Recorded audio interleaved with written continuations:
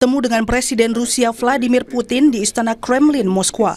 Dalam pertemuan itu, Presiden Prabowo Subianto menyampaikan terima kasih atas berbagai dukungan Rusia untuk Indonesia, termasuk dalam aksesi keanggotaan Indonesia di BRICS. Selain itu, Prabowo mengakui kunjungannya ke Moskwa berkaitan dengan situasi geopolitik saat ini. Ia menyebut dirinya perlu untuk berkonsultasi dengan Rusia, sekaligus mempererat kerjasama di bidang ekonomi dan energi. Saya juga datang untuk konsultasi karena situasi geopolitik dunia mengalami perkembangan dan perubahan yang sangat cepat. Kami memandang bahwa Rusia telah berperan sangat positif dalam menghadapi kondisi geopolitik yang penuh ketidakpastian ini.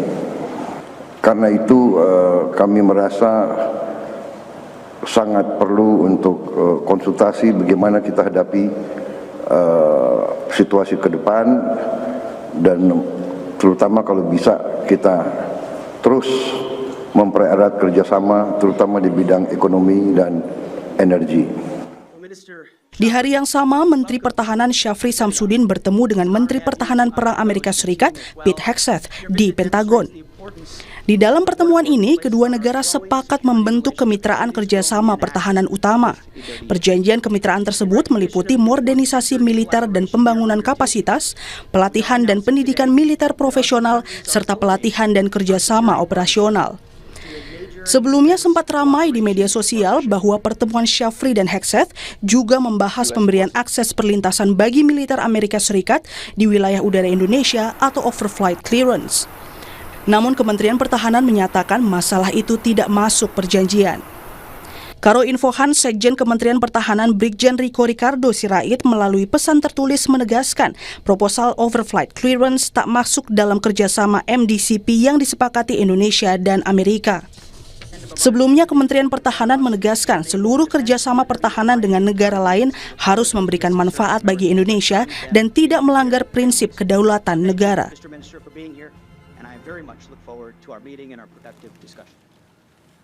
Saudara Prabowo, Presiden Prabowo Subianto bertolak ke Rusia dan Menteri Pertahanan Syafri Samsudin di saat yang bersamaan bertolak ke Amerika Serikat.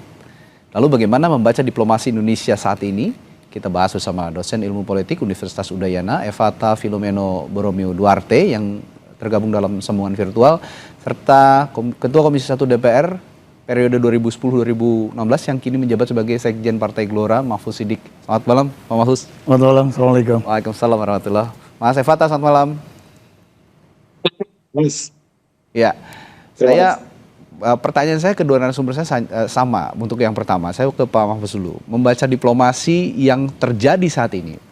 Menhan bertemu Pete Hegseth di Amerika Serikat, di Pentagon.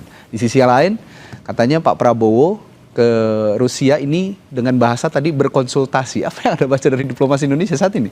Ya, memang kalau kita ikuti 1 tahun lebih ya, diplomasi politik luar negeri yang dilakukan Presiden atau pemerintahan Presiden Prabowo ini menarik. Ya. Dan banyak pengamat mengatakan langkah Indonesia ini sering zigzag, ya, sehingga sulit untuk mendefinisikan ini sebenarnya arahnya mau kemana, ya.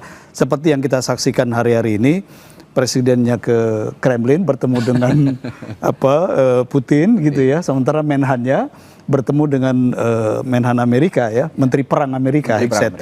Dan kalau kita lihat dua negara ini, Amerika dan Rusia, ini kan dalam konteks percaturan geopolitik ini kan face to face. Jadi ini juga yang memang akhirnya menimbulkan tanda tanya apa sebenarnya yang ingin dicapai oleh Indonesia. Tetapi terlepas dari itu, saya kira Indonesia memang harus terus meningkatkan posisi dan leverage-nya, bobotnya di dalam konteks percaturan global ini, karena apa yang terjadi di satu wilayah ini kan akan punya pengaruh terhadap wilayah yang lain, termasuk Indonesia. Bahkan sebenarnya saya ingin mengajak banyak pihak untuk mulai berpikir kemungkinan spot perang yang sekarang terjadi di Teluk Persia ini dalam waktu yang tidak terduga ini bergeser ke wilayah di sekitar kita. ya bisa jadi ini di wilayah Laut Cina Selatan. Jadi saya kira dalam konteks ini menjadi penting membaca kunjungan presiden ke Rusia dan juga kunjungan Menhan ke Amerika. Tetapi memang yang harus kita cermati apa yang disepakati oleh Indonesia dengan negara-negara besar ini juga akan sangat mempengaruhi kira-kira posisi Indonesia ketika konflik ini akan muncul dalam spot barunya misalnya di wilayah Laut Cina Selatan sebagai satu contoh. Oke. Kalau kata Pak Mahfuz tadi diplomasi zigzag gitu ya dari Indonesia, saya coba tanya ke Mas Evata. Mas Evata punya pandangan yang sama atau jangan-jangan Mas Evata berpandangan ini malah ada diplomasi dua kaki?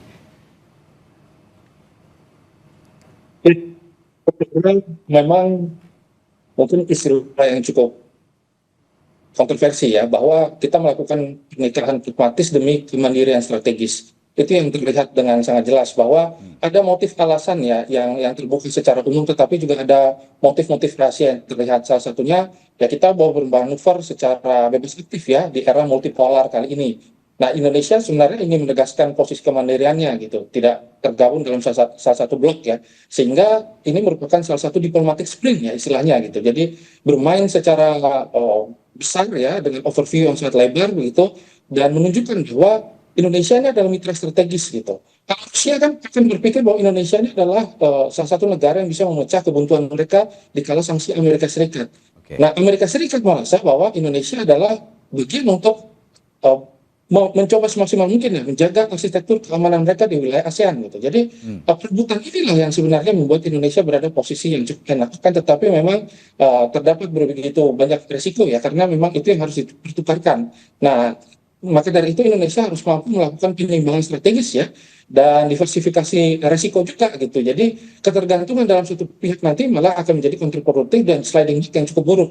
Kan tetapi dengan dinamika yang terjadi secara global ya, dan juga rencana Indonesia untuk memainkan posisi-posisi personalnya, dan ditambah dengan dukungan-dukungan yang sangat strategis yang dilakukan baik dari secara militer ya maupun kemajuan pengembangan sumber daya manusia, maka saya melihat bahwa ini yang nanti harus didrive dengan satu motif yang cukup kuat. Demikian. Oke.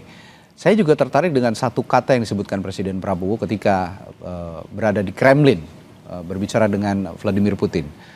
Pak Mahfuz, ada satu kata yang dibilang sama Pak Prabowo, konsultasi katanya. Konsultasi ke Kremlin. Jauh ya ke Kremlin biasanya. Kalau konsultasi sama DPR di Senayan Presiden itu. Tapi sekarang jauh ke Kremlin. Apa maknanya? Apa yang Anda baca dari kata konsultasi ini kepada Presiden Putin? Ya, kalau mengacu ke konstitusi dan regulasi atau peraturan perundang-undangan, relasi antara eksekutif dan legislatif ya di Indonesia dalam sistem tata negara Indonesia, presiden itu biasanya berkonsultasinya ke DPR ya. Tapi ketika Presiden Prabowo dalam pembicaraan dengan Presiden Putin menyebut kata konsultasi, ya mungkin beliau punya makna tersendiri ya, makna tersendiri yang tidak perlu kita hadap-hadapkan dengan aturan konstitusi kita. Lebih saya melihatnya bahwa Presiden Prabowo yang memang mencoba melihat dinamika politik global ini secara realistik, melihat bahwa Presiden Putin ini adalah satu aktor yang sangat menentukan dalam geopolitik yang sekarang ini sedang sangat dinamis.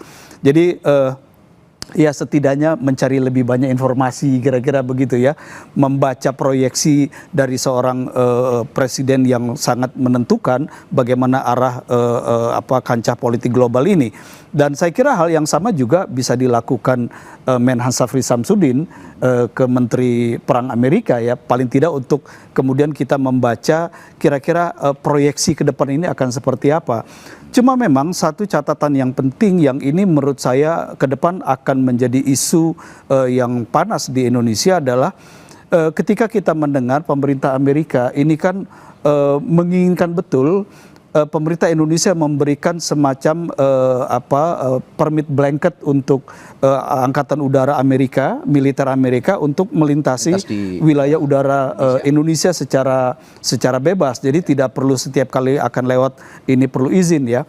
Yang pertama pemberian blanket permit ini sesuatu yang memang sangat strategis, sangat mendasar karena ini menyangkut kebijakan politik luar negeri Indonesia, dan itu menurut saya tidak bisa diputuskan sepihak oleh hanya eksekutif, tapi juga harus persetujuan DPR. Itu yang pertama. Yang kedua, pertanyaannya adalah kira-kira apa latar belakang dan apa kepentingan Amerika meminta izin terbang secara bebas di wilayah Indonesia. Kira-kira ini akan ada apa? Ini pertanyaan penting yang menurut saya bisa jadi akan didiskusikan oleh baik Pak Menhan Syafri Samsudin maupun Presiden Prabowo. Oke, ini menarik juga soal blanket overflight yang ada di klausul pertemuan. Salah satu klausulnya begitu ya, Iya. Pertemuan dengan Pete Hegseth.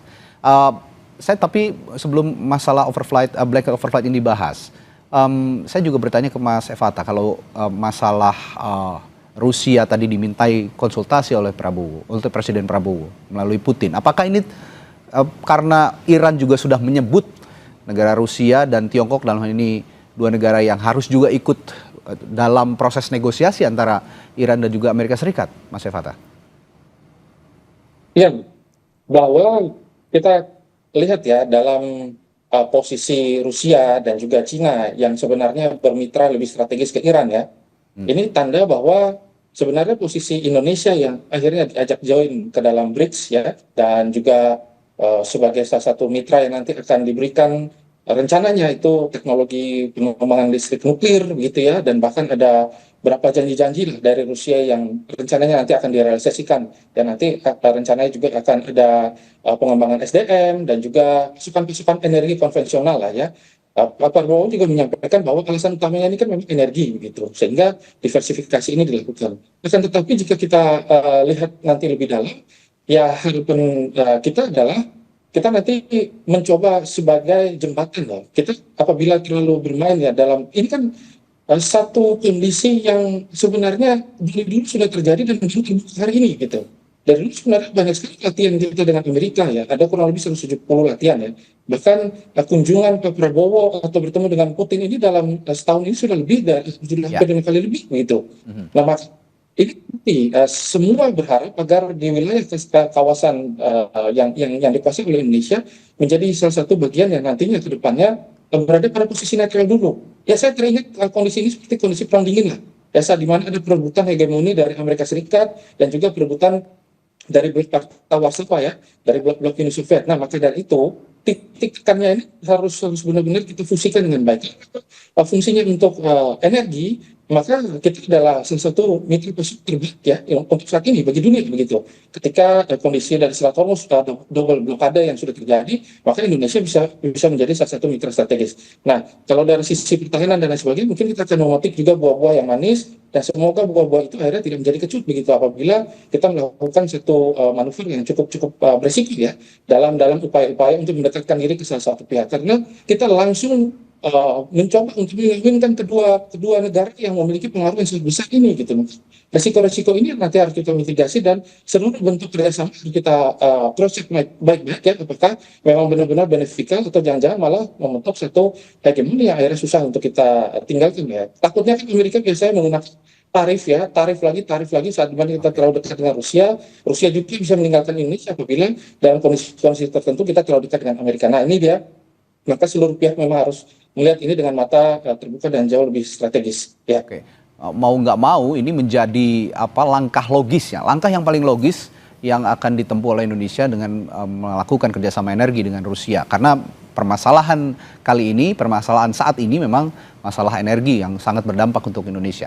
Nah, saya ingin lompat ke blanket overflight tadi melalui Major Defense Cooperation Partnership yang sudah ditandatangani oleh Menteri Pertahanan Syafri Samsudin dan juga Menteri Perang Amerika Serikat Pete Hegseth. Saya ke Mas Evata. Mas Evata, kalau Anda melihat implikasi jangka panjangnya, kalau tadi Pak Mahfuz masih mengira-ngira sebenarnya ada apa ini dengan konsekuensi apa yang harus diterima Indonesia ketika kita mengizinkan ada pesawat-pesawat tempur Amerika Serikat dengan bebasnya melintas di langit Indonesia.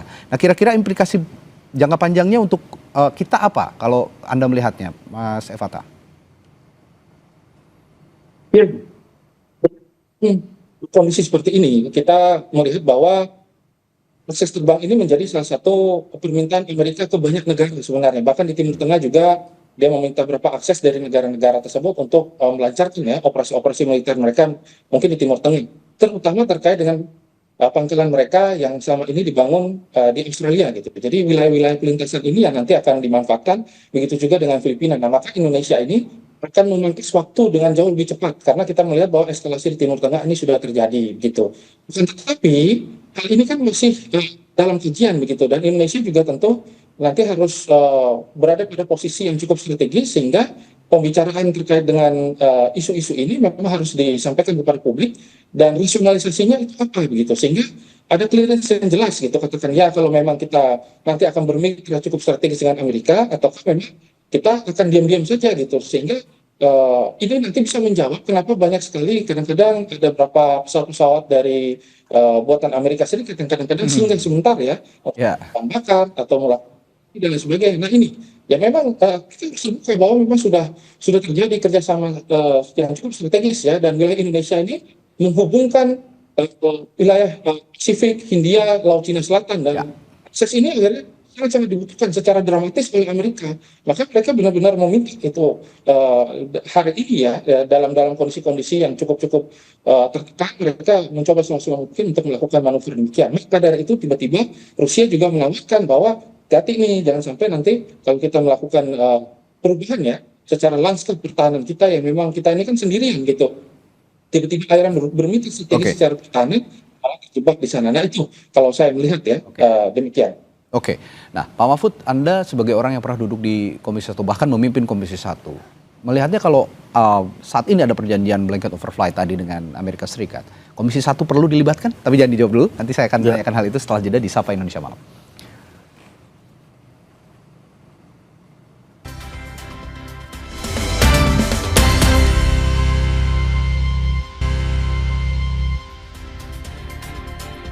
Ya, tadi saya bertanya ke Pak Mahfud. Pak Mahfud, Anda pernah di Komisi 1 dan ada permintaan, saya melihatnya bukan usulan, melainkan permintaan Amerika Serikat kepada Indonesia untuk tadi ada blanket overflight yang mengizinkan pesawat-pesawat Amerika Serikat, pesawat tempur melintas di udara Indonesia. Komisi 1 layaknya harus dilibatkan jika memang nanti memutuskan iya atau tidak dari permintaan Amerika Serikat ini? Ya, kalau mengacu kepada peraturan perundang-undangan, memang lembaga legislatif itu harus dilibatkan dalam dua hal, dalam dua jalan.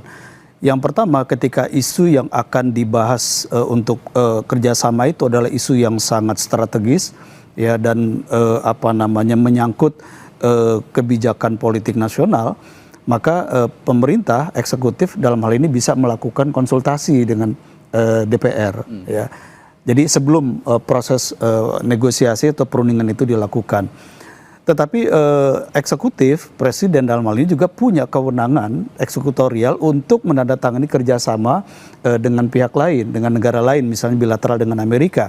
Itu bisa dilakukan, tetapi setelah itu kerjasama itu atau perjanjian ini harus diratifikasi oleh DPR, ya. Dan ketika sudah diratifikasi oleh DPR, maka barulah perjanjian atau kerjasama itu dinyatakan berlaku dan mengikat, ya. Jadi itu dua jalan ini. Tetapi yang saya dapatkan penjelasan dari Kementerian Pertahanan, perjanjian peningkatan kerjasama pertahanan Indonesia dengan Amerika ini satu judul, tetapi permintaan tentang blanket overflight ini judul yang lain. Judul yang lain. Ya, memang waktunya bersamaan. Ya. Dan saya kira bukan tidak mungkin pihak Amerika akan mencoba mengkaitkan dua hal ini dalam satu meja, meletakkan ini dalam satu meja, sangat mungkin. Nah, oleh karena itu menurut saya memang karena kita perlu menjawab apa kira-kira motif dan tujuan Amerika, militer Amerika meminta blanket oversight ke Indonesia ini agar seluruh militer mereka bisa terbang ke wilayah Indonesia dengan bebas tanpa minta persetujuan setiap kali akan melintas. Ini harus dijawab dulu, untuk apa ini diminta? Ya, karena misalnya kita coba bikin skenario ya. Misalnya ketika Amerika memblokade Selat Hormuz, yang paling menderita ini kan China. Ya, karena suplai energi China ini kan menjadi sangat tersumbat, dan itu bisa jadi cara Amerika menarik China untuk terlibat dalam konflik atau perang di Teluk Persia ini. Nah, kalau ini terjadi, misalnya China tergoda, kan bisa jadi itu alasan bagi Amerika untuk kemudian menciptakan spot konflik baru di Laut Cina Selatan. Misalnya Taiwan dengan Beijing. Walaupun kita tahu pimpinan oposisi di Taiwan, ya Cheng ini juga sudah bertemu Xi Jinping untuk mengantisipasi jangan sampai ini terjadi konflik terbuka antara keduanya kan. Tetapi kalau misalnya skenario ini benar, lalu ada konflik antara Taiwan dengan China dan Amerika mendukung Taiwan, kan sangat mungkin pergerakan atau mobilitas militer Amerika ini harus melewati wilayah Indonesia. Bukan saja udara tapi juga wilayah perairan. Nah, apakah itu yang dimaksud atau dituju oleh Amerika? Jadi saya kira memang, dan saya yakin Pak Presiden Prabowo ini kan ahli strategi ya dan ahli geopolitik, paham betul situasi ini dan tidak akan gegabah dalam mengambil keputusan. Oke, Mas Syafata, kalau tadi Pak Mahfud bilang harus dijelaskan dulu nih apa tujuannya blanket overflight ini. Nah, kalau memang kalau Pak Mahfud tadi berandai-andai dan menganalogikan dengan Selat Hormuz gitu ya, Pak Mahfud. Saya akan coba bukan berspekulasi ya, tapi misalnya Amerika berdalih bahwa ini untuk operasi kontingensi, latihan ataupun krisis begitu. Adakah hubungannya dengan yang disebutkan Pak Mahfud tadi kaitannya dengan Laut Cina Selatan kalau Anda baca? Bahwa memang dalam kondisi krisis seperti ini segala sesuatu atau konflik jenis apapun memang saling bertahukan akhirnya. Dan kita mengetahui bahwa setiap kerjasama yang dilakukan Amerika pasti memiliki motif. Setiap kerjasama yang dilakukan oleh Rusia juga pasti memiliki motif. Tidak ada mungkin satu kerjasama tanpa motif politik di belakang itu ya. Maka tadi disampaikan itu memang terbaca dengan sangat clear ya bahwa upaya-upaya untuk mendegradasi Cina ini kan harusnya melalui kanan titik tekan pada wilayah-wilayah Selat Malaka begitu, yang selama ini juga kita tahu bahwa Singapura memberikan satu statement yang cukup keras juga kepada Iran bahwa itu adalah wilayah yang dilindungi. Selat Hormuz adalah wilayah enclosed, harusnya semua kapal yang lewat itu bebas saja gitu, karena kita tahu Singapura memiliki mitra strategis juga dengan Amerika. Nah, apabila nanti kerjasama ini kita mulai begitu tanpa satu penjelasan yang cukup clear ya, dan posisi diplomatik kita akhirnya berada pada kondisi yang sangat-sangat terjebak ya di dalam situ gitu, dan kita tidak mampu keluar lagi gitu, ya kita bisa mengatakan bahwa Indonesia akhirnya menjadi salah satu mitra strategis Amerika, dan kita mungkin menjadi negara yang mengekskalasi konflik tersebut, karena selama ini gitu kita kan bermain pada kondisi yang cukup bebas ya, saat dimana kita juga dekat dengan Cina ya, kita dekat juga dengan negara-negara Timur Tengah dan lain sebagainya. Tetapi ketika hal ini akhirnya tidak terkalkulasi dan tidak terkalibrasi dengan clear ya, terus juga kita tidak melihat situasi sebenarnya poin utamanya ini apa gitu. Poin utamanya kalau memang hanya untuk pelintasan, tapi untuk agresi militer, maka kecaman publik gitu, dan kecaman publik akhirnya bisa membuat kebijakan ini produktif. Nah, ini maka tentu kita harus melihat lagi ya bahwa modernisasi militer ya kita butuhkan ya, terus juga pelatihan-pelatihan kita butuhkan, kerjasama militer kita butuhkan. Tetapi terkait dengan hal yang cukup strategis seperti wilayah udara ini ya, karena kita tahu bahwa Amerika ini kan kekuatan utamanya memang di udara gitu, sama seperti Israel, dia mensupport teknologi udara kepada Israel sehingga melakukan serangan dekapitasi. Nah, salah satunya ya ketika mereka mau mengalahkan Cina harus dengan cara mencekik ya Selat Malaka itu sendiri. Nah, tinggal Indonesia saja yang di Amerika kan istilahnya begitu. Kalau Indonesia di Amerika kan Selat Malaka selesai semua begitu kan, itu 90% ketergantungan dari Selat Malaka ke Cina itu 90%. Nah, ini dia ya, jadi ini menjadi paradoks, dan tentu kita akan berada pada posisi tengah. Maka dari itu tiba-tiba Pak Prabowo melakukan omni diplomatic sprint ya, berada pada dua pihak ya langsung di waktu yang sama dan membicarakan hal yang cukup strategis. Ini tanda bahwa Indonesia masih berada pada posisi yang cukup clear, bebas aktifnya masih berjalan dengan baik. Demikian. Oke, Pak Mahfud terakhir, kalaupun nanti Amerika memaksa blanket overflight ini diaplikasikan di Indonesia dan masuk dalam klausul perjanjian begitu, apakah pemerintah Indonesia jika membaca intensinya ternyata untuk menciptakan konflik baru, apakah pemerintah Indonesia berani menolak menurut Anda? Saya melihat ya Presiden Prabowo sejak awal itu kan beliau menjelaskan bahwa dalam melihat situasi geopolitik dunia ini yang sangat krusial, yang sangat kritis, beliau mengedepankan pandangan realisme politik. Dan kalau realisme politik itu artinya Presiden Prabowo akan membaca betul posisi setiap negara intensi dan tujuan setiap negara ini, dan kemudian pada ujungnya adalah apa yang menjadi kepentingan nasional Indonesia yang harus dijaga. Ya. Saya kira dalam konteks ini kepentingan nasional Indonesia itu kan tidak bisa dilepaskan dari kebutuhan Indonesia membangun hubungan baik dengan Amerika karena ini kawan lama, dan juga menjaga hubungan baik dengan China yang dalam dalam 10 tahun terakhir ini kan ada peningkatan kerjasama industri dan perdagangan dan investasi, termasuk juga Rusia. Saya kira batu ujian ketika kita akan mengembangkan kerjasama dengan Rusia bisa di sektor energi. Apakah misalnya kalau ada kesepakatan antara Putin dan Prabowo sebagai dua presiden besar negara besar ini akan diveto atau akan ditekan oleh Amerika atau tidak? Nah, kalau Indonesia misalnya dikatakan Trump, hey Indonesia jangan dong kerjasama soal energi dengan Rusia. Kalau Indonesia bisa mengatakan tidak, ini kepentingan nasional, kita akan lanjut terus. Saya yakin Indonesia bisa menolak permintaan dari blanket overflight ini. Oke, ini berarti bergantung dari apa klausul saja kebersamaan kesepakatan yang dijalin oleh Vladimir Putin dan Prabowo. Nanti kita lihat sepulangnya dari Rusia. Mudah-mudahan kabarnya baik. Ya, kabarnya baik dan akan dipaparkan tentu saja di hadapan publik Indonesia. Terima kasih Pak Mahfud dan juga Mas Evata telah berbagi perspektifnya di Sapa Indonesia Malam hari ini. Kita jumpa lain waktu. Selamat malam, sampai jumpa Pak Mahfud. Assalamualaikum. Waalaikumsalam. Saudara.